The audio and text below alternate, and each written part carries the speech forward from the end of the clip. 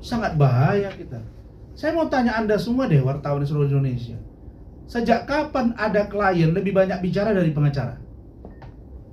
Setahu saya, klien itu hanya ngomong 1, 2, 3 patah. Berikutnya pengacara. Itulah fungsi dari pendelegasian, mandat yang diberikan kepada seorang lawyer. Nah, kalau saya dituntut 2 tahun, Iklim hakim hanya 6 bulan, dia yang melakukan perbuatan bersama Hotman, kok dia rendah, saya tinggi? Apa cerita ini? Oh, pertanyaannya, Rasman menangis? Saya tidak menangis. Anak saya, istri saya, wajar. Tapi bukan menangis karena mereka cengeng, saya takut mau ke penjara. Bukan. Hakim ke depan kami harapkan tegak lurus. Dan kenapa jaksa penuntut umum mengabaikan fakta-fakta persidangan? Itu yang membuat mereka menangis. Kalau saya akan tegar dalam menghadapi persoalan ini. Kemudian, saudara-saudara, di dalam fakta-fakta persidangan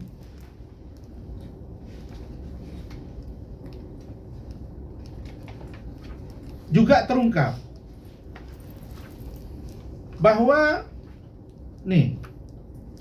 Iklim hakim pun tidak membantah ini.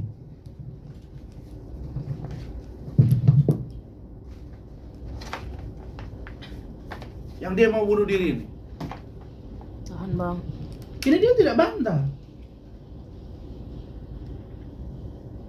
Dan saya sampaikan di depan persidangan, Anda kan mau bunuh diri karena Anda punya pacar, anak salah satu pejabat Polri di daerah, mutuskan Anda, dan itu adalah punya istri.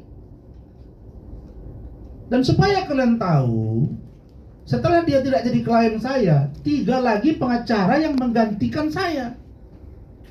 Termasuk Faris Donggowi itu sudah jadi saksi saya di Polda Metro. Karena Iklima membuat laporan, saya laporkan laporan palsu. Ini pun kami akan buat laporan. Ini mau bunuh diri. Nah, ini fakta persidangan. Ini transfer uang saya ke dia. Dia nggak ada duit, bos. Dia nggak ada duit. Hotman juga mengakui. Ya kan Pak Riyad, Pak Iskandar ya, Bu Ida ya.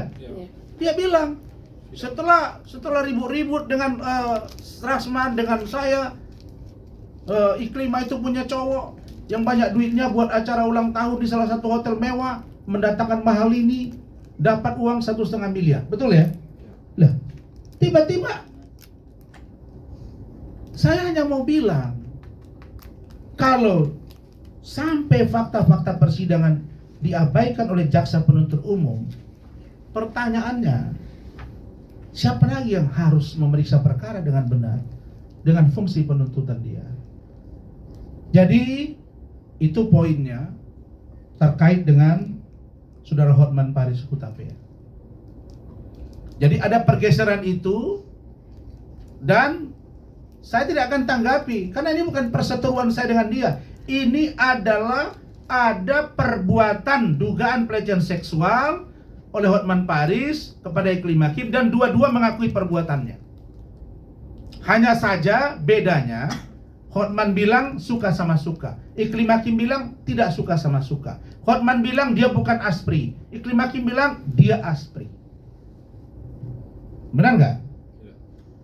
Jadi ini kan antara mereka yang berbohong, ini yang harus diproses berat.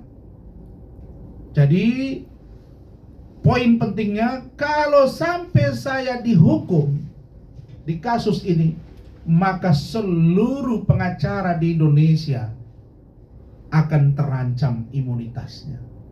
Buat apa Undang-Undang Advokat nomor 18 tahun 2003 pasal 18, 16, 17 dan lain-lain? Ini adalah presiden buruk. Jadi sebelum pledoi, sebelum putusan, kita harus buka mata semuanya bahwa ini adalah perseteruan saya dengan Hotman terkait dengan saya menjadi kuasa hukum Iklim Hakim. Bukan perseteruan pribadi saya dengan Hotman. Saya dengan Richard Lee udah berkawan saya. Dengan Uya Kuya udah berkawan saya. Nggak ada masalah.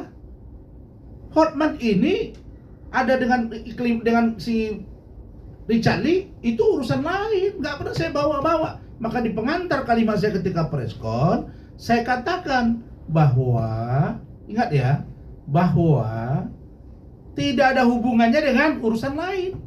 Ini murni bantuan hukum yang saya berikan kepada Iklim Hakim yang diduga dilecehkan oleh Hotman Paris Hutapea.